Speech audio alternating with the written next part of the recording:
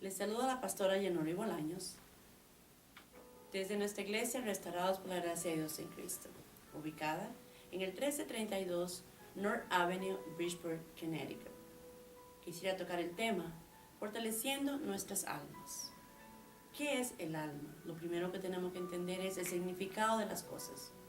El alma es donde tiene la identidad como la esencia, donde está el aliento de vida.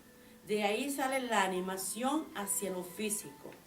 Es lo que nos hace diferentes entre los animales y nosotros, pues es donde está el racionamiento y es lo primero que da vida al cuerpo.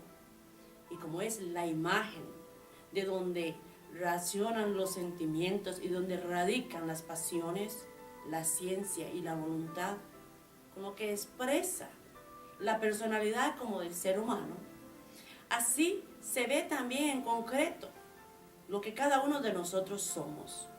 Quiere decir que es la parte invisible de este movimiento de lo físico, por lo cual el alma, y es algo muy importante, el alma debe de aprender a sobrevivir y debe de buscar el fundamento concreto de lo que es una vida mejor y especialmente hacia la vida eterna.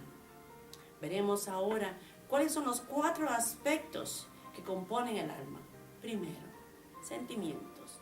Sentimientos es donde está ubicado el dolor, los sufrimientos, la soledad, donde está todo lo bueno y lo malo que hemos vivido.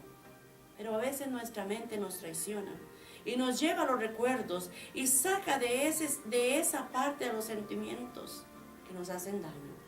Se levantan también a veces sentimientos de odio y dejando raíces de amargura, por lo cual no nos permite ser felices. ¿Cuál es el segundo y cuál es la recomendación que nos da la palabra del Señor a nosotros? Pablo expone en 2 Corintios 13:11 y dice: por lo demás, hermanos, tened gozo, perfeccionaos, consolaos, sed de un mismo sentir y vivid en paz, y el Dios de paz y el de amor estará con vosotros. ¿Qué quiere decir esto?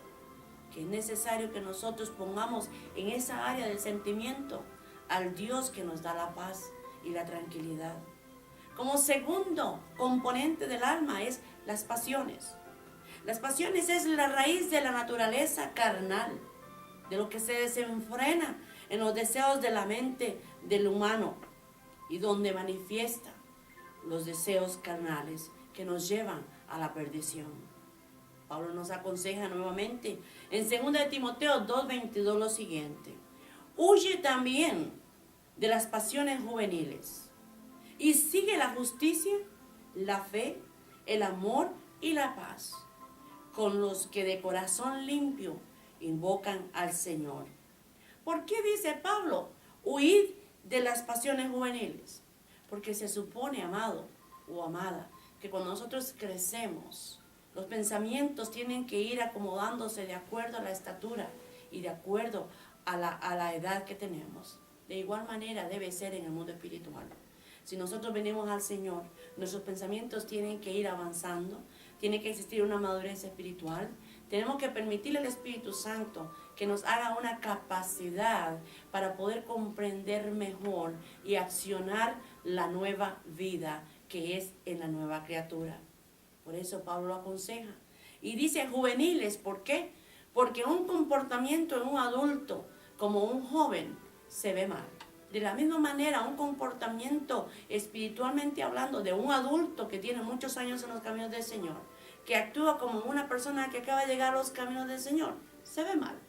Por eso Pablo aquí nos insta a buscar entonces, alejarnos de eso y seguir la justicia, la fe, el amor y la paz. Nuevamente, dentro de ese segundo componente, es necesario entonces que le demos la fortaleza que se requiere para la vida. Tercer componente, ciencia. La palabra ciencia no es lo que hoy en día se cree. La ciencia representa sabiduría, el conocimiento, y es donde debemos de tener la educación espiritual. Nuevamente Pablo nos aconseja Y nos da entonces en 1 Corintios 12:8 la siguiente palabra. Porque a este es dada por el Espíritu Santo palabra de sabiduría, a otro palabra de ciencia, según el mismo Espíritu.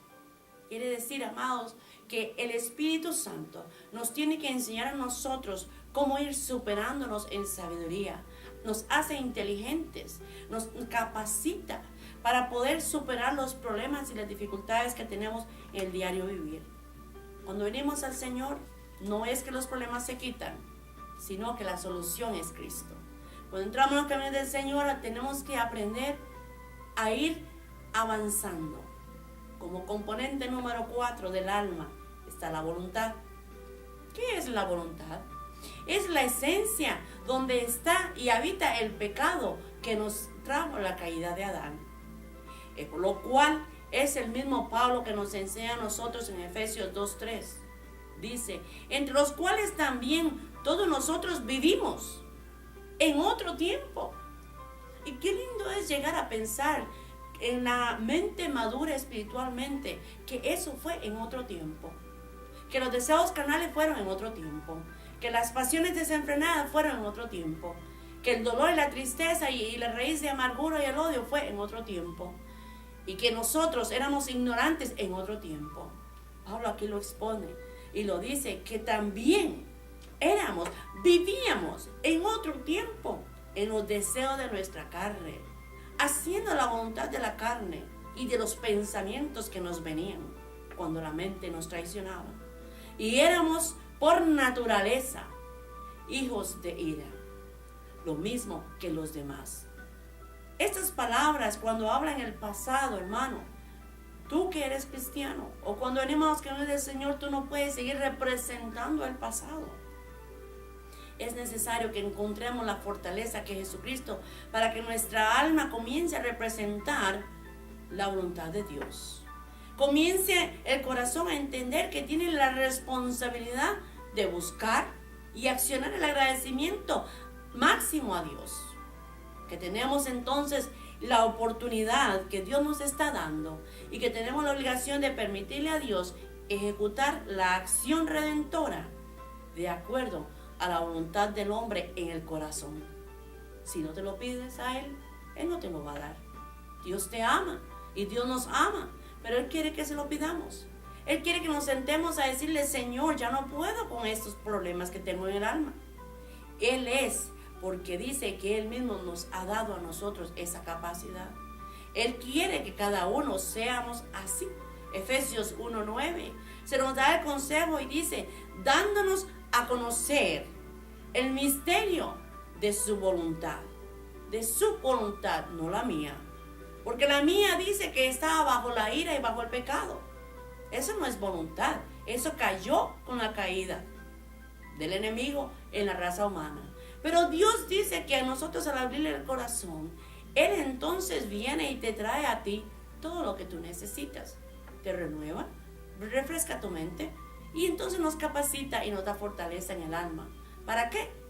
Para que cuando recordemos las cosas pasadas, buenas o malas, especialmente las malas, no caigamos como éramos antes, sino que las entendamos y las veamos, que de ahí nos sacó Dios y cuál es el propósito. Él mismo entonces nos enseña qué es lo que Él quiere de nosotros. Cuando hablamos de fortaleza, la palabra fortaleza representaban muros altos, con puertas grandes, con paredes gruesas. En algunas ciudades eran hasta de casi 2 metros de ancho las paredes. Tenían atalayas en todo alrededor el contorno de una ciudad. ¿Qué propósito tenían? Llavines fuertes. Era el propósito de no permitirle al enemigo entrar, a robar, a saltear, a violar y a llevarse o a pretender quedarse con la ciudad. Si nosotros lo analizamos de esa manera, como la gran ciudad de Jerusalén, cuánto más nuestro corazón, cuánto más el alma, que es donde radica la esencia de tú y de mi vida, cuánto más nosotros tenemos que ser fortalecidos, conseguir las murallas, conseguir la puerta que es Jesucristo, conseguir el atalaya que es por nosotros, que es el Espíritu Santo. que nos da el conocimiento cuando un enemigo viene y prepararnos para no caer en las manos de ese enemigo. Él es el único que puede darnos a nosotros esa fortaleza, esa vida. De ahí entonces es que el salmista expresaba, en el Salmo 18:2 dijo: Jehová, roca mía, castillo mío y mi libertador. Dios mío, fortaleza mía, en Él confiaré. Mi escudo y la fuerza de mi salvación y mi alto refugio. Qué lindo sería que nosotros hoy tomemos este estilo de vocablo, estas palabras hermosas, y lo hablemos, y nuestros oídos lo escuchen para ser llevados al alma, para que nosotros recibamos la fortaleza día a día. Cuando hablamos en el mundo espiritual, es lo más importante, y nosotros mismos tenemos la responsabilidad de permitir que Dios haga su voluntad, no la mía. A veces cometemos el error de creer que yo puedo seguir viviendo como cristiana a mi manera, y que puedo poner la Biblia a mi manera y a mi conveniencia. Amado hermano o amigo o amiga, te digo que no. Dios claramente quiere hacer su voluntad, y la voluntad del Padre es la perfecta, y la voluntad de Él es que tú y yo no nos perdamos. La voluntad de Él es que la fortaleza del alma nos encamine en las cosas bellas y hermosas que Él tiene para nosotros. Fíjate que habla de misterios. Qué cosa más linda es encontrar la esencia de las cosas celestiales y poderlas comprender. Algo que muchos le tienen miedo, pero que Él las tiene preparadas para nosotros. Dice que Él las preparó para que tú las conozcas. Pero ¿cómo lo conoceremos si no entramos en ellas? ¿Cómo vamos a buscar el significado de nuestra vida si no buscamos a través del Espíritu Santo?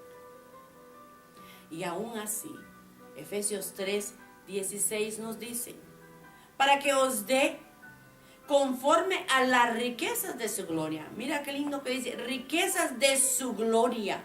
No es cualquier cosa. El ser fortalecidos con poder en el hombre interior por su espíritu. Mira qué hermosura, en el hombre interior, no en el estuche. En el estuche tú te puedes cuidar mucho, puedes hacer mucho ejercicio, puedes alimentarte bien, puedes utilizar lo mejor que tú encuentres. Pero ¿y qué hay del hombre interior? ¿Qué hay de la vida espiritual? ¿Dónde está el alimento para ti? ¿Dónde tú lo estás buscando? ¿Cómo tú lo estás consiguiendo?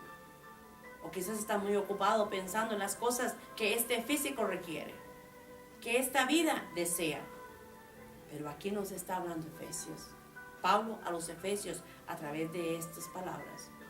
Las cosas más bellas son las riquezas de su gloria. Y Él quiere fortalecernos con el poder de Jesucristo. Aquel que fue a la cruz, pero resucitó para darnos vida y la vida eterna. También entonces en primera de Pedro 5:10 nos deja saber lo siguiente. Aquel Pedro que estuvo con el Señor, mira qué lindo lo que dijo.